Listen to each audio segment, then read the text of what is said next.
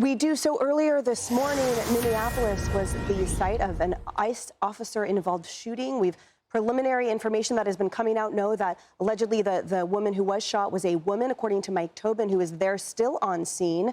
Mike Tobin, if you're there, let's get the latest from you. Oh, okay.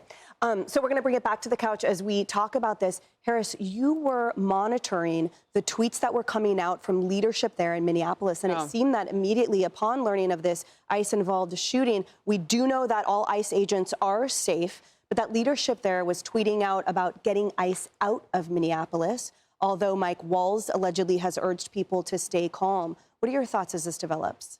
Well, leaving the politicians doing what they often do, Emily, I'll get to that in a second. But with this situation, just consider the backdrop here. You've got a state that's steeped in fraud. You've got federal agents on the ground arriving this week, taking a look at the $9 billion. And some have said that's a modest number. We'll see as the investigations, plural, shake out. We know that the U.S. Congress and the oversight chairman, James Comer, they're looking at this. They are bringing in people. So you've got that going on there. You also have a situation that Sandra just mentioned to me, too, where you've seen a lot of police officers leave. I mean, it's not a friendly place for cops, and because law enforcement isn't allowed to do its job. And so you've had a whole lot going on in the backdrop of this. And why is that important? All eyes on Minnesota right now. You have ICE agents on the ground trying to do what the president's goal is to do, and that is to clean up illegal immigration, violent, worst of the worst, out of the country first. ICE centers, they're trying to protect those detention centers, and our ICE agents have been under threat. A whole lot going on. It is a concoction for anything to happen. So we've been watching this story without a lot of detail, but now take a look at the middle of your screen.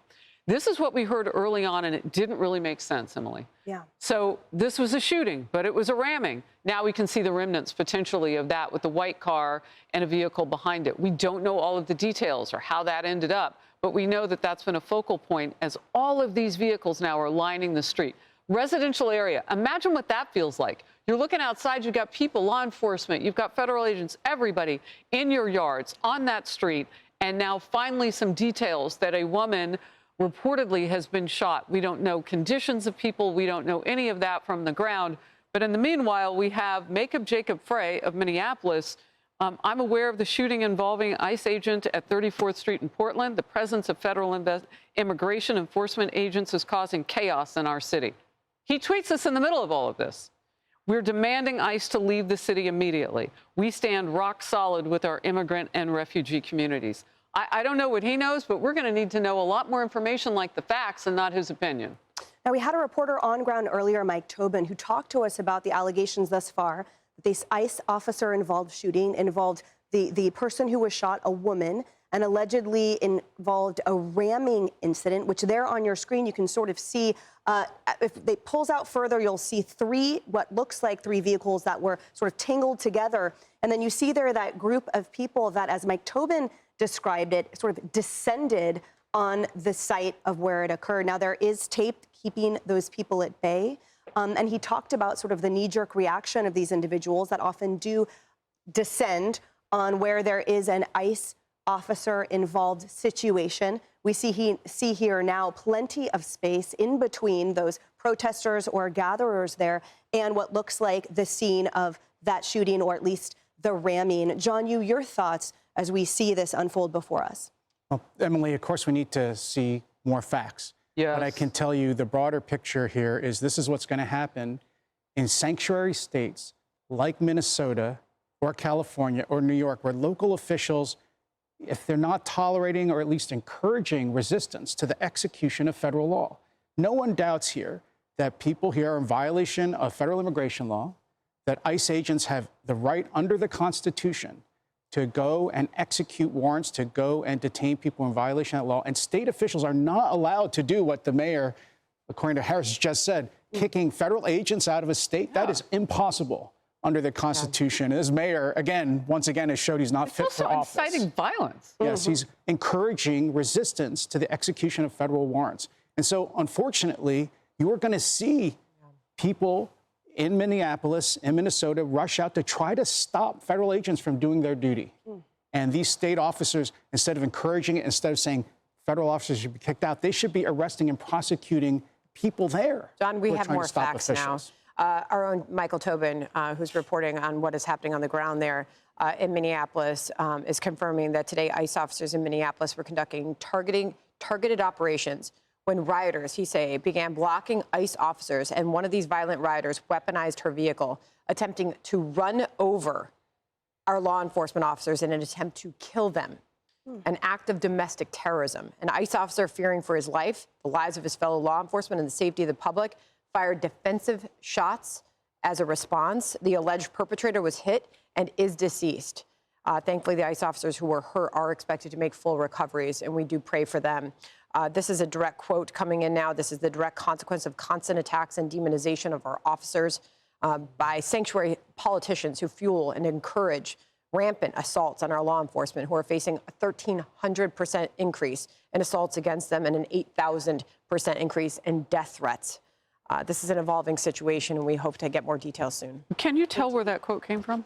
This is from Mike Tobin, per his sources, on what is happening with the ICE officers on the ground there. By the way, 1 o'clock, top of the hour, 1 o'clock Eastern time, we are expecting to get a news conference on what exactly happened there. But I do believe this is Mike Tobin's reporting directly from ICE. Okay. So I believe that's attributable to ICE. Yeah, you and I are looking at the statement, and some of it's in quotes and some not. And then just the caveat that we always say that this is an evolving situation. Things will come in.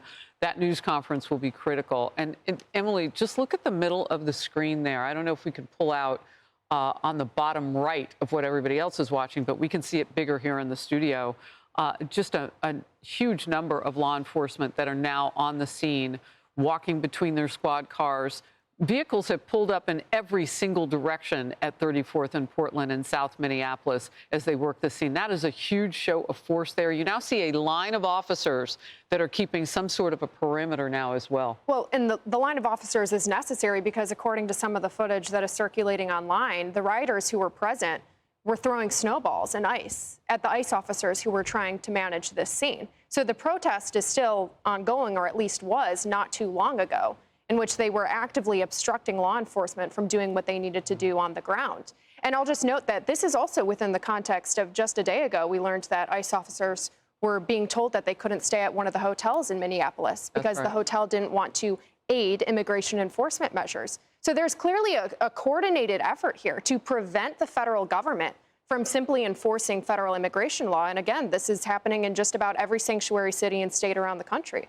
Well, and there's a fine line as these events unfold to what we will learn what occurred between, resistance and violence. And when you throw snowballs and people say that's not a big deal, what if it's a white cue ball, which I've experienced in certain situations reporting on? What if it's an ice ball, which can cut your face? I mean, there's no such thing, I think, as a benign resistance whatsoever to them effectuating their duties. And we know, John, that the highest risk to officer safety is indeed in executing warrants. And here, when the sort of public writ large is encouraged to resist and does resist, then situations can unfold rapidly and without any type of stymieing that rapid escalation to here, which is violence. And I know thus far, I can't see any type of struggle in the people who have appeared thus far on our screens. It doesn't seem to be that those that have arrived are engaging in a jostling yet. I don't see that. I'm not sure if you guys do. So thus far, it seems to be, quote, peaceful in those that have descended on this particular scene right now, John. Look, this is a result of a woke ideology possessed by the highest leadership of a state, Minnesota, which on the one hand thinks it's fine to loot the federal treasury by abusing federal programs like the welfare programs that the Congress is hearing about, and at the same time to demonize federal agents who are just trying to carry out federal law. And as you said, Emily, the toughest thing is for those agents to have to go and execute warrants. They don't know what's behind a door. They don't know who's going to try to jump on them from what direction. And for them to have to use self-defense, force in their self-defense is unfortunate, but it also gives you an indication of how heavy the resistance is, the kind of danger that is arising in places like Minneapolis. Because, again, I think state officials, local officials like the mayor, are encouraging or at least tolerating violence. But when they say things like kick all federal agents out of the state or out of the city, I think they're encouraging private citizens, unfortunately, to do something unhinged, like what we see this driver of this white car who had to be shot by ICE officers. And thereby incentivizing it, because as he's saying, these refugee immigrant, communities, that'll take the pressure off of all of you. You got to get these guys out. I mean, that's inherent in what he's saying. That's not reading between the lines. Read his words. Based on DHS sources, this is another vehicle ramming incident in a long list. At least 100 vehicle attacks against federal law enforcement have happened since January 20th of 2025. So we've already lived through nearly a year of this. You were talking about the real threat that something like this is on those federal officers and agents. Absolutely, that's true. I didn't say 10, I said 100. And they need the support and cooperation of the local police. Now, these ICE agents, federal agents, DEA agents, ICE agents, ATF, they go to execute a warrant.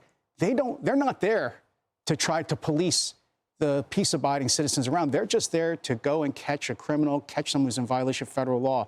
If you have mayors, police chiefs, governors saying, we're not going to protect you. In fact, we're going to encourage people to get in the way, and we're not going to prosecute or arrest anyone who tries to attack you, then you're going to see more and more incidents like this. And this is a defiance of federal law. I think it was a mistake for the Supreme Court, unfortunately, to say that President Trump couldn't call up the National Guard, because if state officers keep doing this, the only choice that a president has, and I think he has to do this, is to send in the National Guard to protect federal officers. Sandra, I want you to comment, on that ICE release that you read earlier, because there's two important notes within that I'd love to hear feedback on. So this is the ICE release that you read, an ICE officer fearing for his life, the lives of his fellow law enforcement, and the safety of the public, fire those defensive shots. And it says, in accordance with his training, he saved his own life and that of his fellow officers. Thank God. And so now these ICE agents have essentially their training has to encompass a daily assault. It's not simply effectuation of duties and effectuation of warrants and arrests and the like. It actually includes assault defense constantly, which is far different from a normal position description, Sandra. He used his training and saved his own life and that of his fellow officers. You have to think about these officers are going out there every single day knowing that they're risking their lives. We've talked to the family of these ICE agents who also feel like they are threatened and they are scared for their loved ones' lives every single day. I mean, you saw the number of percentage attacks that have gone up, the daily threats that they face just to go do their job, their lawful job, to carry out the law in the streets of America. That is why it's so sad that we are seeing what happened here. Thankfully, we are hearing all affected are going to make a full recovery.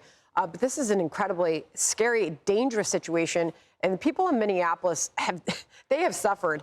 Those who couldn't flee based on the mass exodus of the police on the streets there. I mean, I was trying to just get an updated average response time from the police there, because as you know, they transitioned to public safety officers to respond to emergency situations in that city.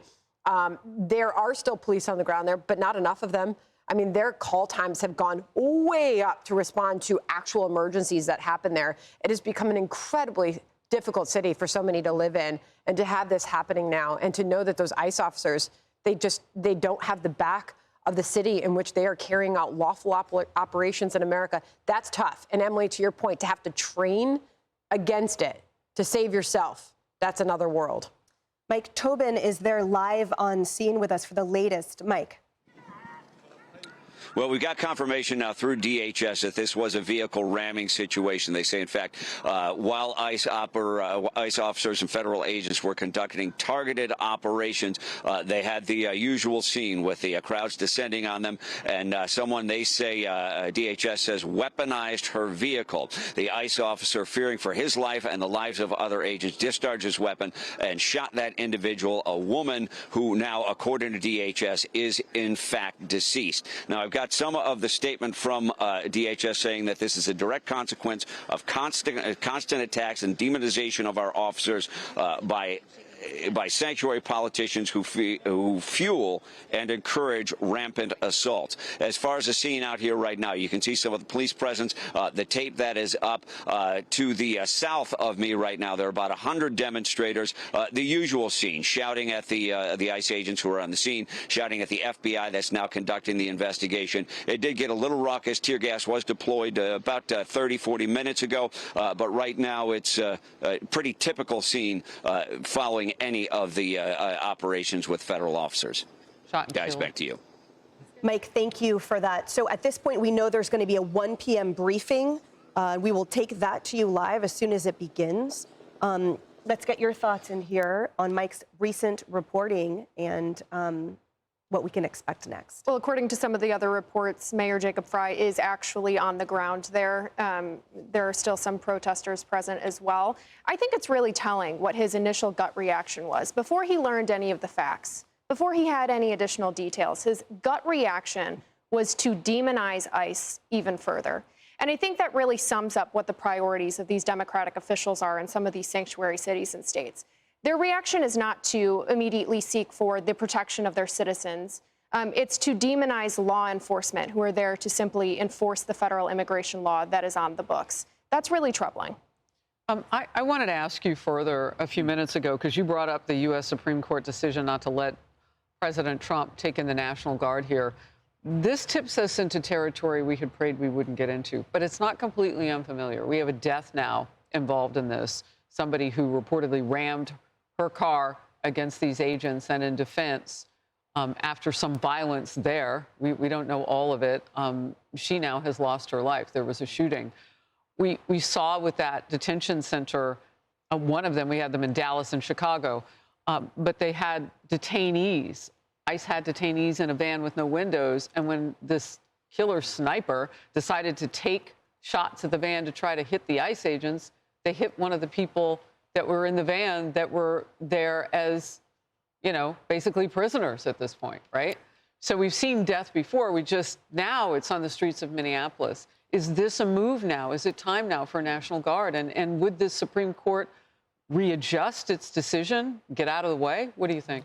Yeah, Harris, unfortunately, we have seen state officials in our history try to stop the federal government from enforcing valid law. Desegregation. After Brown versus Board of Education, these Southern governors did something similar. They tried to stop desegregation in our schools. And so there is federal law that was passed by Congress that sets a condition, and then what can you do? And the condition seems to me to have been met. You have groups of people, even maybe involving state officials, who are trying to block the enforcement of valid federal law. Here are the immigration laws. What can you do? So the Supreme Court, I think incorrectly, but the Supreme Court said you can't send in the National Guard right away until the president has tried to restore order, has tried to protect federal agents with the regular forces. Everyone used to think regular forces meant ICE agents, DEA agents, law enforcement. But the Supreme Court suggested regular forces means the armed forces of the United States. So it creates this bizarre, counterintuitive method, which is the president is going to have to send in the 82nd Airborne first, or the 101st Airborne, which, by the way, Dwight Eisenhower sent in to desegregate the schools in the South. And if that fails, only then can he send in the National Guard. So, unfortunately, according to the Supreme Court, the president is going to resort to some fairly vigorous methods here. You think he's justified in doing that now? I think we can see that on the TV screens where you've got politicians saying federal agents get out, and you've seen this kind of disorder when you're just trying to execute an ICE warrant. I think this is showing that kind of resistance to federal authority. Well, and Trump himself has also said that the Insurrection Act is very much so still on the table, in large part because of the Supreme Court ruling, which essentially left him no other choice. Yeah, that's if he wants to restore order on the streets, it very well may be the case that he has to invoke the Insurrection Act. All right, we're going to pull away from this for just a moment for a very short break. Breaking news in the state of Minnesota today, South Minneapolis, a shooting involving ICE. And we will get right to it again right after this. Hey everyone, I'm Emily Campagno. Catch me and my co-hosts Harris Faulkner and Kaylee McEnany on Outnumbered every weekday at 12 p.m. Eastern, or set your DVR. Also, don't forget to subscribe to the Fox News YouTube page for daily highlights.